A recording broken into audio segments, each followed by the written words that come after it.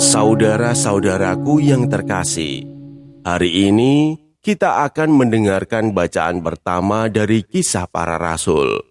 Selamat mendengarkan dan merenungkan sabda Tuhan. Semoga Tuhan memberkati kita hari ini.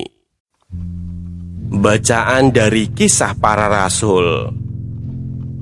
Banyak saudara telah tersebar karena penganiayaan yang timbul sesudah Stefanus dihukum mati. Mereka tersebar sampai ke Fenisia, Siprus, dan Antiokhia.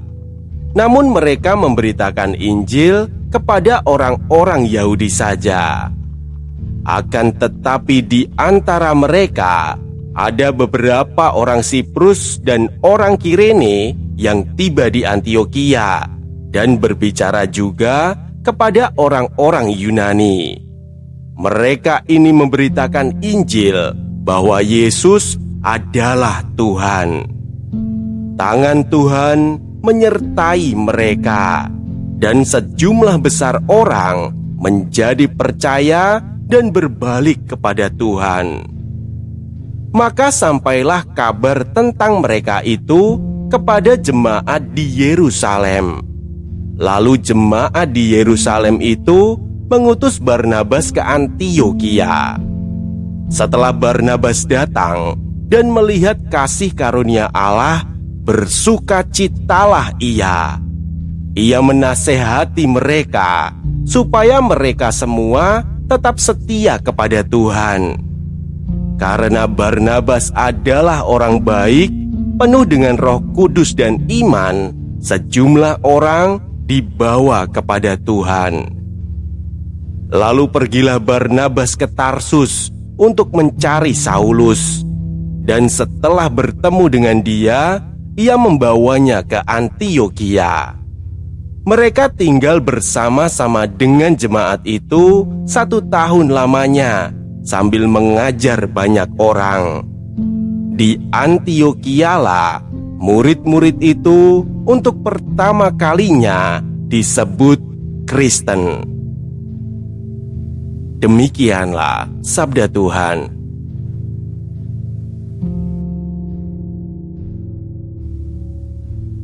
Saudara-saudaraku yang terkasih, sesudah peristiwa yang terjadi sebelumnya, orang-orang percaya tidak lagi tinggal di satu tempat, melainkan tersebar ke berbagai daerah karena tekanan yang mereka alami.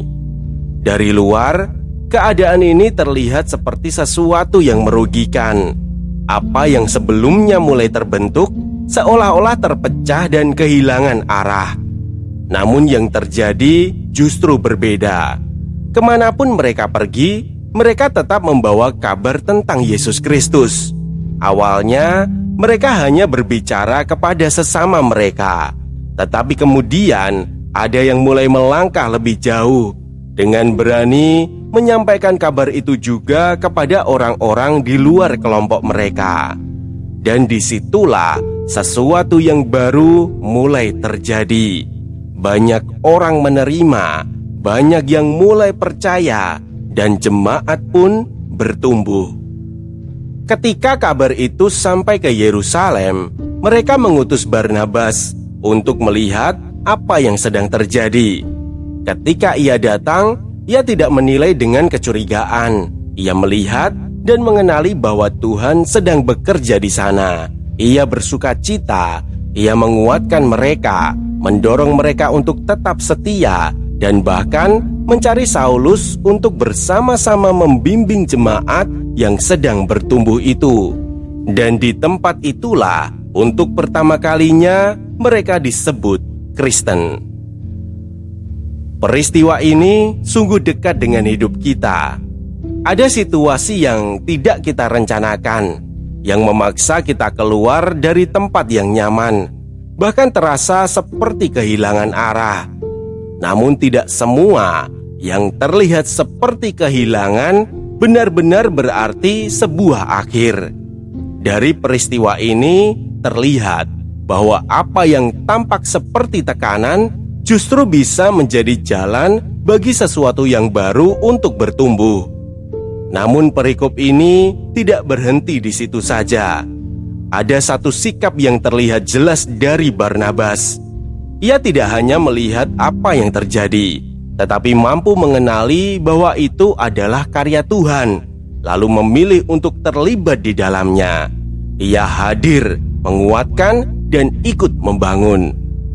Ada sesuatu yang perlu diperhatikan dari sikap itu. Ia tidak terburu-buru menilai. Ia tidak datang dengan kecurigaan. Ia memberi ruang untuk melihat lebih dalam, lalu mengenali bahwa Tuhan yang sedang bekerja. Dan dari situ, ia mengambil langkah. Seringkali kita berada di posisi yang sama. Kita melihat sesuatu yang sedang bertumbuh, entah dari diri orang lain, dalam komunitas, atau dalam situasi yang tidak kita duga. Namun kita cepat menilai, atau kita ragu untuk mendekat, atau kita memilih tetap di luar karena merasa itu bukan bagian kita. Padahal bisa jadi disitulah Tuhan sedang membuka ruang bagi kita, bukan hanya untuk melihat, tetapi untuk ikut ambil bagian, untuk hadir, untuk menguatkan, untuk membangun bersama. Jadi, jika kita berada di titik seperti itu, apakah kita hanya akan berdiri di luar dan melihat, atau berani melangkah masuk dan menjadi bagian dari apa yang sedang Tuhan kerjakan? Karena ada saat ketika iman tidak hanya terlihat dari apa yang kita percayai, tetapi dari keberanian kita untuk terlibat dalam karya Tuhan yang sedang bertumbuh di sekitar kita. Marilah kita berdoa. Tuhan, ajarilah kami untuk peka melihat karya-Mu, bahkan dalam situasi yang tidak kami rencanakan. Beri kami keberanian untuk tidak hanya melihat, tetapi juga ikut ambil bagian.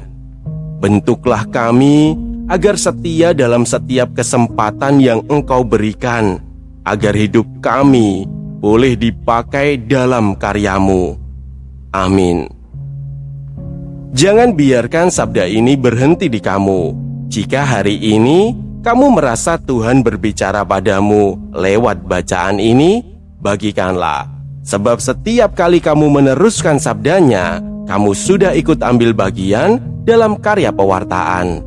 Semoga tersampaikan berkah dalam.